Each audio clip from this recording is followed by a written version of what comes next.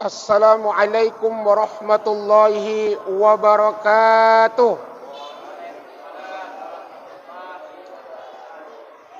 Kalau aku tengok-tengok ini ya, dari jawaban salamnya, nampak ini puasanya diterima oleh Allah. Aku tengok semua pada lemas semua, ya kan? Ini puasa yang luar biasa. Kita ulang sekali lagi. Assalamualaikum warahmatullahi wabarakatuh.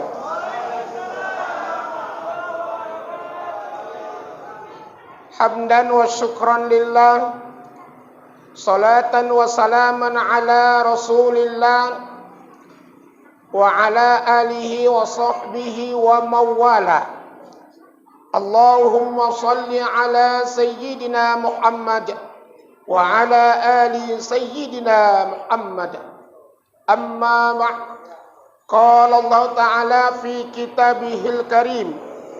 Bismillahirrahmanirrahim. Ya ayyuhalladzina amanu kutiba alaikumus siyam kama kutiba alal ladzina min qablikum la'allakum tattaqun. Wa qala an-nabiy sallallahu alaihi wasallam, man shoma ramadhana imanan wa ihtisaban ghufira lahu ma taqaddama min zanbi. Yang saya hormati Bapak Ibu jamaah Masjid Babu Salam yang diridai oleh Allah Subhanahu wa taala. Alhamdulillahi rabbil alamin. Sampai hari ini kita berada di 3 hari di bulan Ramadan. Mudah-mudahan ibadah puasa Ramadan kita diterima oleh Allah Subhanahu wa taala. Dan doa-doa kita pun diijabah oleh Allah Subhanahu wa taala. Saudaraku, tema pengajian kita dalam acara berbuka puasa Ramadan 1440 Hijriah ini adalah amalan-amalan di waktu sahur. Saudaraku, kita tahu bulan Ramadan adalah bulan yang penuh barokah. Bulan di mana setiap amal kebaikan akan dilipat gandakan oleh Allah Subhanahu wa taala. Betul Bapak? Betul Ibu? Semua akan dilipat gandakan. Siapa yang mau beramal, makanya momentum Ramadan ini jangan dilewatkan begitu aja. Perbanyaklah beramal buat bekal kita kelak ketika kita kembali kepada Allah Subhanahu wa taala. Saudaraku, kalau di bulan Ramadan ini umat Islam yang terpikir adalah mudik, betul? Pulang kampung. Tetapi sayang, amat disayang, untuk tahun ini ibadah puasa Ramadan kita sedikit lagi diuji oleh Allah Subhanahu wa taala. Bahwasanya pemerintah melarang kita untuk mudik pulang kampung. Apa tujuannya? Agar kita yang dari kota ke desa ini tidak membawa virus bagi keluarga kita yang ada di kampung. Walaupun kita belum tentu kena virus itu, betul Bu? Tetapi ikuti adalah pemerintah. Kalau kita mau mudik, pasti kita mempunyai bekal yang banyak agar mudik kita nggak terganggu. Agar mudik kita biar lancar. Saudaraku, ada mudik yang dilupakan oleh manusia. Tahu orang yang namanya mudik itu hanya pulang kampung, misalnya ke Rantau Perapat, misalnya ke Tebing Tinggi, misalnya ke Jakarta. Ada pulang kampung yang sebenarnya dari mana kita berasal, ke sana kita dikembalikan. Kita berasal dari tanah, kembali pun kita bakal ke tanah. Kita akan menuju yang namanya kampung akhirat. Mudik yang sebenarnya adalah mudik menuju kampung akhirat, saudaraku. Sudahkah banyak bekal kita? Sudahkah siap perbekalan kita? Kalau kita mau menuju Jakarta, ongkos harus cukup, bekal harus cukup. Karena nggak cukup bekal, nggak sampai kita ke Jakarta, saudaraku. Ini akhirat, perjalanan yang cukup panjang, yang amat jauh. Jadi bekalnya butuh banyak. Jangan kekurangan bekal. Nanti kita celaka. Nggak sampai di tujuan, kita udah celaka duluan di alam kubur jawabannya. Saudaraku, yang diridhoi oleh Allah Subhanahu wa taala, banyak amalan-amalan penting di bulan Ramadan ini. Apa amalan itu? Misalnya membaca Quran. Membaca Quran bagus sekali di bulan Ramadan ini. Kenapa? Karena Quran diturunkan di bulan Ramadan. Bersedekah bagus sekali di bulan Ramadan. Namun saudaraku, ada amalan yang juga bagus, tak kalah bagusnya, yaitu amalan-amalan di waktu sahur atau sepertiga akhir di malam hari menjelang waktu subuh. Apa itu? Pertama, kita ini kan disunahkan untuk bersahur sebelum kita berpuasa. Saudaraku, saya mau tanya, kira-kira makan sahur itu enak apa enggak? Bagi yang puasanya ikhlas enak. Bagi yang terbiasa puasa sunnah enak. Bagi yang terbiasa bangun malam enak. Tapi yang enggak terbiasa puasa paling males bangun makan sahur. Bagaimana enggak malas? Mulut kering, gak ada enaknya gitu. Tetapi kalau kita udah berniat mau puasa, itu jadi nikmat makan sahur. Saudaraku, jangan tinggalkan makan sahur itu. Kenapa? Karena Rasul mengatakan begini, tasaharu fa inna fis sahuri barakah. Sesungguhnya makan sahurlah kamu, sesungguhnya di dalam makan sahur itu terdapat yang namanya keberkahan, saudaraku. Jadi rugi orang yang dia puasa nggak makan sahur, rugi. Kenapa? Nggak mendapatkan keberkahan. Bapak Ibu, dalam hidup ini kita pasti menginginkan yang namanya berkah. Berkah artinya sesuatu yang mengandung kebaikan. Kita mau umur yang Allah berikan mengandung keberkahan.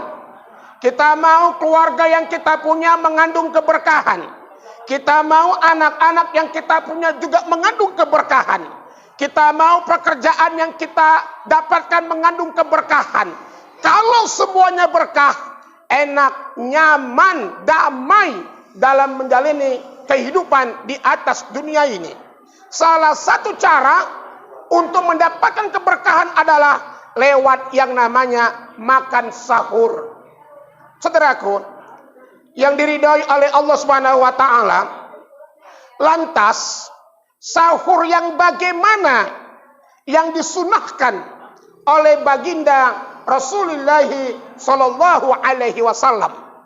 Tentunya kalau kita mengikut sunnah Rasulullah, sahur yang paling cocok, sahur yang disunahkan Rasul itu adalah di akhir-akhir waktu. Jam berapa Bapak Ibu kita masuk waktu subuh? Sekarang jam berapa? Jam berapa sekarang? Jam 5. Kalau jam 5 waktu subuh, berarti kita cocoknya makan jam berapa sahurnya? Jam 4.30 atau setengah 5. Itu lebih tepat. Jangan cepat kali sahurnya. Ustadz, aku payah kalau bangun sahur, Ustadz. Lantas bagaimana? Ya udahlah, ini kan aku mau tidur, makan aja banyak-banyak supaya besok aman, gak sahur lagi. Ya udahlah, Kalau gitu aku sahurnya jam 1 malam. Sahur jam 1 malam. Itu namanya bukan sahur, tapi mentong namanya. Itu namanya makan malam. Kecepatan itu, ya. Jadi kalau sahur yang bagus adalah mengakhirkan waktu sahur. Sampai kapan? Sampai masuk waktu yang namanya sholat subuh. Begitu. Saudaraku, yang diridhoi oleh Allah Subhanahu wa taala.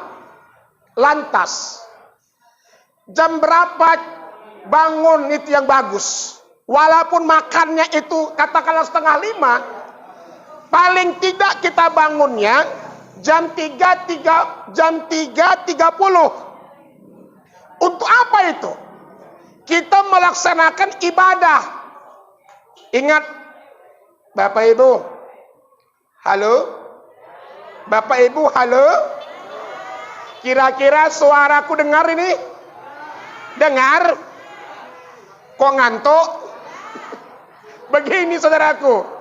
Kita ini, ya, kalau mau bangun sahur, banyak kali godaannya loh. Banyak godaannya. Kita mau bangun jam 3.30. Menurut hadis yang saya baca, ini hadis dari Abu Hurairah. Rasulullah bersabda, katanya begini, ketika kita tidur, itu yang namanya setan mengikat tengkuk kita dengan tali. Sebanyak 3 ikatan.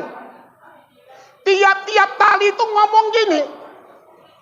Umpamanya Pak Ashab mau bangun jam 3.30, dia mau tahajud umpamanya. Itu ngomong yang namanya setan. Pak Ashab, udah deh, tidur aja. Waktu masih panjang kok. Malam masih panjang kok. Bobok ya bobok. Langsung setan joget-joget di pelupak mata kita. Sampai kita ngantuk-ngantuk ini. Kita mau bangun susah betul.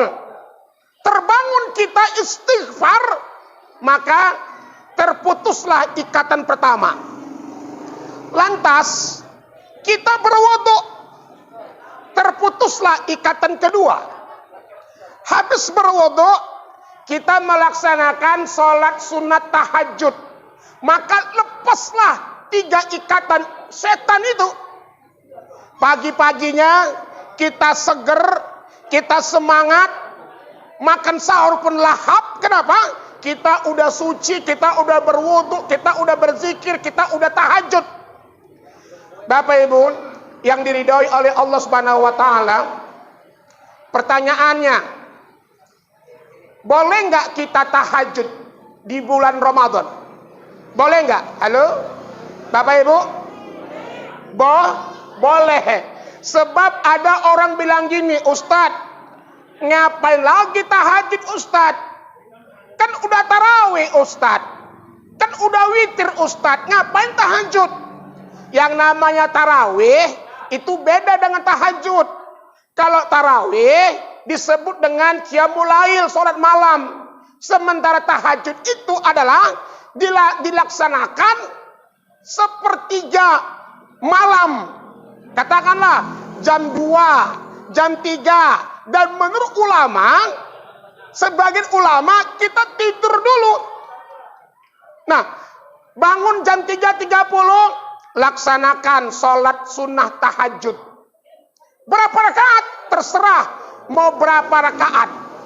Mau 2, mau 4.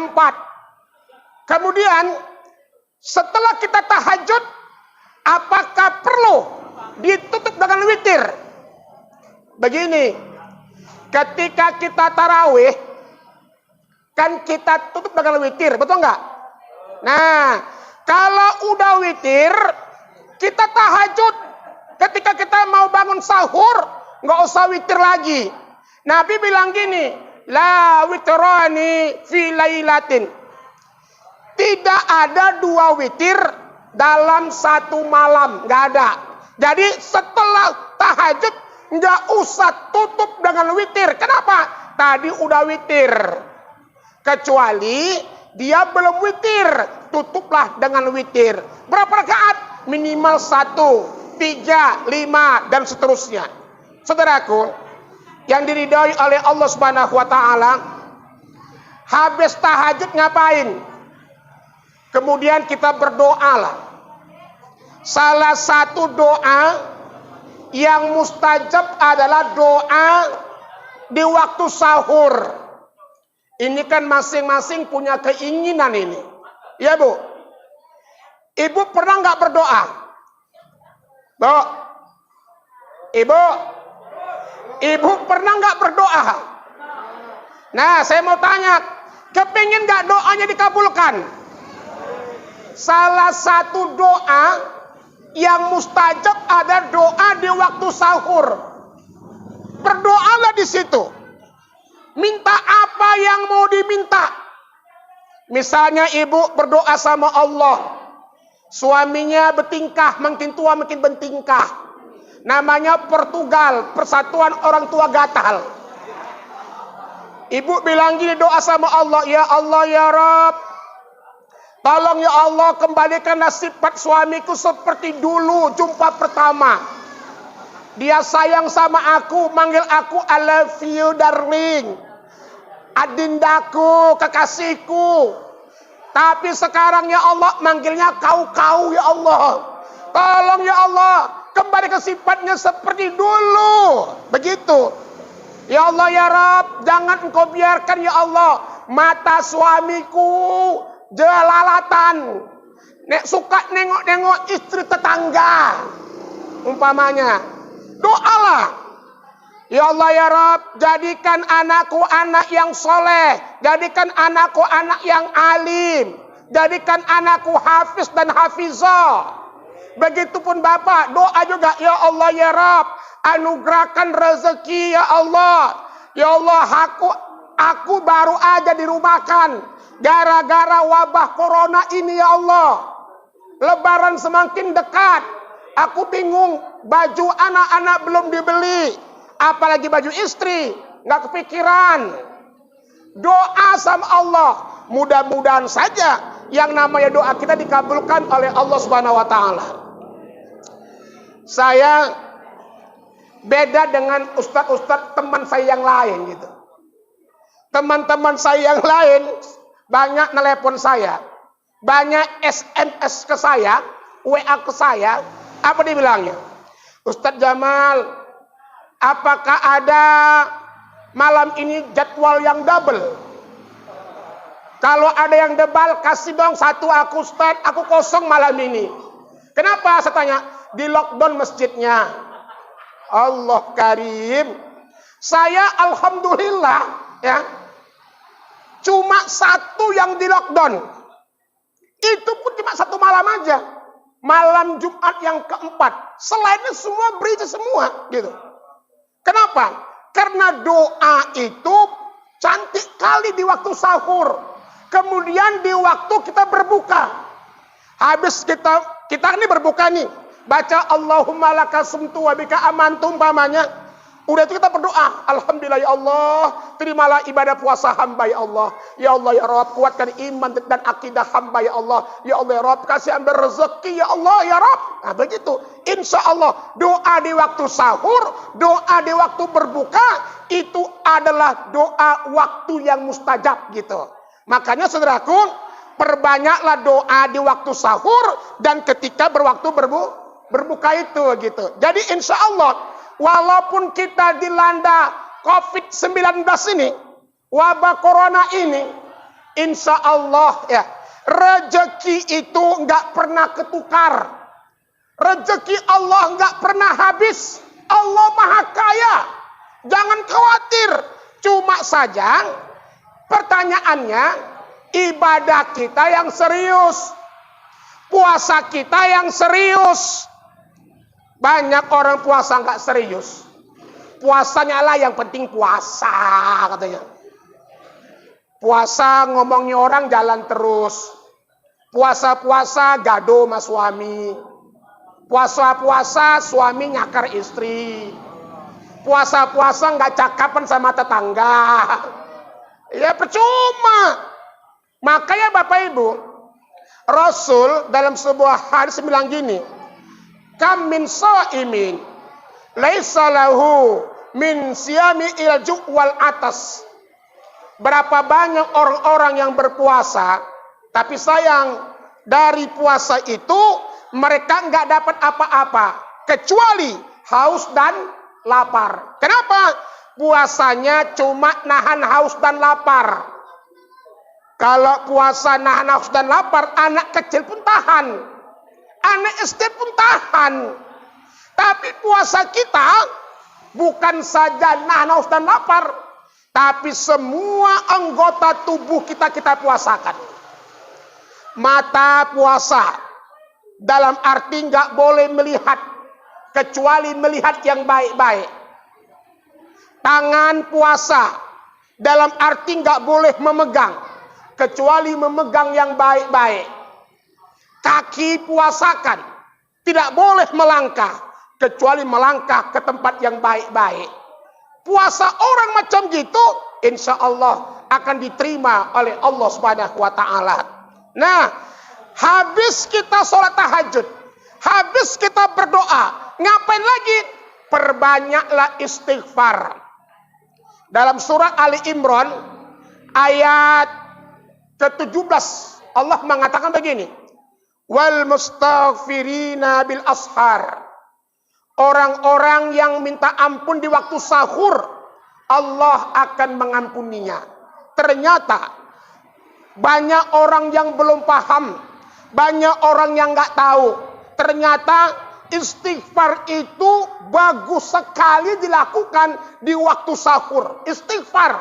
Surah Al-Imran, wal mustaghfirina bil ashar. Orang yang minta ampun di waktu sahur, Allah akan mengampuninya. Dari perbanyak istighfar, saudaraku. Istighfar itu kan banyak macamnya ya. Ada istighfar astaghfirullah. Ada, Bu? Ada istighfar astaghfirullahalazim. Ada? Ada istighfar astaghfirullahalazim allazi la ilaha illa huwal hayyul qayyum wa atubu ilaihi. Ada? Tapi ada yang induknya istighfar. Allahumma anta rabbi la ilaha illa anta, dan seterusnya ya. Ini panjang istighfarnya, saudaraku. Jadi kalau nggak hafal yang panjang, yang pendek-pendek ajalah. Astagfirullah, astagfirullah, astagfirullah. Di waktu sahur, insya Allah istighfar itu pembuka pintu rezeki. Makin banyak beristighfar, makin besar peluang kita untuk mendapatkan rezeki dari Allah Subhanahu wa Ta'ala. Istighfar itu membuat jiwa tentram, hati tenang. Istighfar itu bisa menggugurkan yang namanya dosa-dosa yang kita miliki. Barulah kita makan sahur. Nah, setelah makan sahur, jangan kita tidur. Ini tidur ya. Subuhnya lewat. Bapak Ibu begini. Memang sih ada hadis yang bilang gini. Naumus shaimi ibadah. Tidurnya orang yang puasa itu ibadah. Ini hadisnya doib. Ini hadisnya lemah. Inilah yang dipakai senjata sama orang-orang malas. Bapak kok tidur aja Pak puasa? Ibadah. Benarkah tidurnya orang puasa itu ibadah? Bisa benar, bisa enggak. Tidur yang bagaimana ibadah? Tidurnya diniatkan supaya kuat untuk ibadah. Kalau saya baca hadis, ada tidur yang disunahkan Rasulullah. Tidurnya orang sebelum zuhur. Jam berapa itu? Katakanlah kalau zuhur 1:30, tidur jam 12 atau 11:30 misalnya. 30 menit aja. Supaya apa? Supaya zuhurnya nggak ngantuk. Gitu. Silakanlah tidur. Supaya apa? Zuhurnya khusyuk begitu. Tapi kok dari subuh habis sahur tidur aja. Sholat tidak, masak enggak, apapun enggak. Ini namanya puasa buaya, tidur ya. Jadi saudaraku, jangan jadi alasan dikenakan puasa itu tidur itu ibadah dalam puasa, lantas kita melalaikan pekerjaan. Yang namanya ibadah adalah niatnya untuk ibadah supaya kuat, untuk ibadah supaya serius, itu yang bernilai ibadah. Jadi tidurnya orang yang berpuasa itu bergantung niatnya. Innamal a'malu binniyat wa innama likulli imri'in ma nawa. Sesungguhnya amal itu bergantung kepada niatnya, saudaraku. Nah, habis sahur kita kamar mandi ya, untuk persiapan sholat subuh berjamaah di masjid. Sampai di masjid, laksanakan tahiyatul masjid. Setelah itu, dengarkan muadzin mengumandangkan azan. Jawablah panggilan azan itu seperti apa yang diungkapkan oleh muadzin. Setelah azan, laksanakan sholat sunat fajar. Rasul mengatakan begini, rakaatal fajri min khairim minat dunya wa ma fiha. 2 rakaat sholat fajar itu lebih utama daripada dunia dan isinya. Ibu, jangan tinggalkan sholat sunat fajar, Bu. Bapak pun begitu. Jangan tinggalkan sholat sunat fajar. Ini juga disaksikan oleh Allah dan para malaikatnya. Habis sholat sunat fajar ngapain? Doa. Ini ada hadis begini bunyinya. Innad du'a la yuraddu bainal azani wal iqamah fad'u. Sesungguhnya doa yang tidak tertolak adalah doa antara azan dan iqamah. Maka berdoalah di waktu itu. Jadi habis sholat qobliyah doa. Berdoa. Itu juga waktu-waktu yang mustajab. Walaupun di luar Ramadan. Apalagi dalam puasa Ramadan. Berdoa. Makanya sholat sunat fajarnya jangan lama-lama. Ini sholat sunat fajar kayak sholat tarawih. Lama. Jangan. Nggak sempat kita baca doanya begitu. Dan kepada BKM pun, maaf-maafnya ya saya sarankan, kalau sholat subuh itu kasih waktu kayak berapa lama? Katakan 15 menit. Kasih kesempatan jamaahnya sholat sunat fajar gitu. Kenapa? Ini bagus sekali. Kalau di zaman Rasulullah Shallallahu Alaihi Wasallam itu jarak sholat sunat fajar dengan sholat subuhnya itu 30 menit loh. 30 menit atau 20 menit gitu.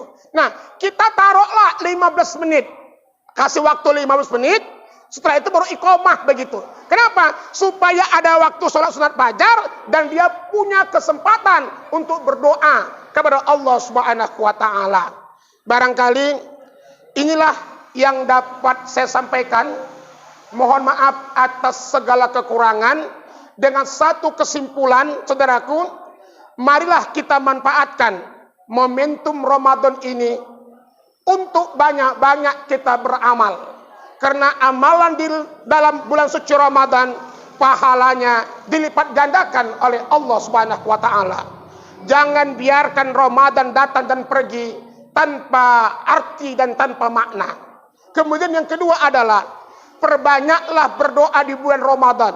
Sebab bulan Ramadan salah satu bulan di mana doa diijabah, dikabulkan oleh Allah Subhanahu wa taala. Apa yang kita doakan? Pertama, doakanlah negeri kita ini, bangsa Indonesia ini, agar terbebas dari yang namanya virus corona yang membuat geger, yang membuat kita nggak nyaman beribadah kepada Allah Subhanahu wa taala. Doalah supaya begitu habis Ramadan selesai yang namanya corona ini. Amin ya rabbal alamin. Yang kedua, berdoalah kita untuk diri kita, untuk kedua orang tua kita. Kemudian terserah apa yang kita minta. Yang penting yang baik-baik. Allah sangat malu kalau ada hambanya yang berdoa, Allah tidak mengabulkannya. Saya ulang. Allah malu sekali kalau ada hambanya yang berdoa, Allah tidak mengabulkannya. Pergunakan, manfaatkan momen Ramadan ini untuk banyak berdoa, memohon kepada Allah Subhanahu wa taala. Demikian, mohon maaf. Wassalamualaikum warahmatullahi wabarakatuh. Terima kasih.